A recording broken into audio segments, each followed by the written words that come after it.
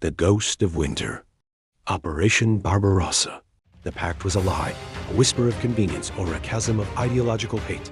For 2 years, the border slept. But beneath the silence, the largest invasion force in human history, over 3 million Axis soldiers gathered, coiled, and ready. The target, the Soviet Union. The goal, Lebensraum and the eradication of Bolshevism. June 22, 1941. At 3:15 a.m., the gun spoke. The invasion, codenamed Operation Barbarossa, slammed across a front of 1,800 miles. 3 powerful army groups advanced, north toward Leningrad and south toward the grain and oil fields of Ukraine and the Caucasus.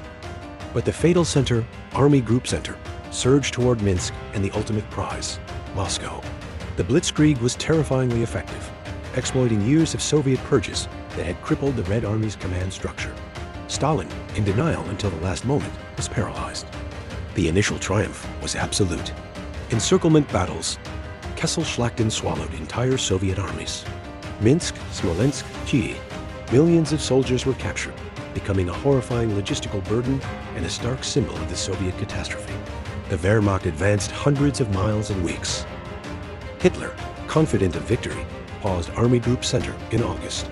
He diverted Panzer divisions south to secure the essential resources of Ukraine, delaying the final push on Moscow, a strategic blunder that history would judge as fatal. Precious weeks were lost.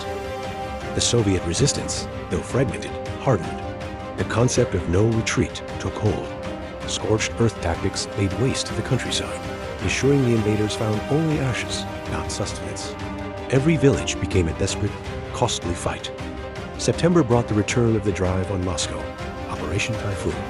But now, the logistics collapsed. The vast, unpaved Russian roads, the Rasputitsa, turned to an impassable sea of mud, bogging down vehicles, supply lines, and the very will of the Panzers. Then came the ghost of winter. In October and November, temperatures plummeted far below zero. The Wehrmacht was catastrophically unprepared for the Arctic conditions. Engines froze, weapons jammed. Soldiers, clad in thin uniforms, suffered unimaginable frostbite and exhaustion. By early December, the German spearheads were in sight of the Kremlin spires, but they were broken, spent and frozen, lacking the strength for a final assault. Stalin, leveraging Siberian reserves, launched a massive counteroffensive on December 5th. Operation Barbarossa had failed in its primary objective, the swift decapitation of the Soviet Union.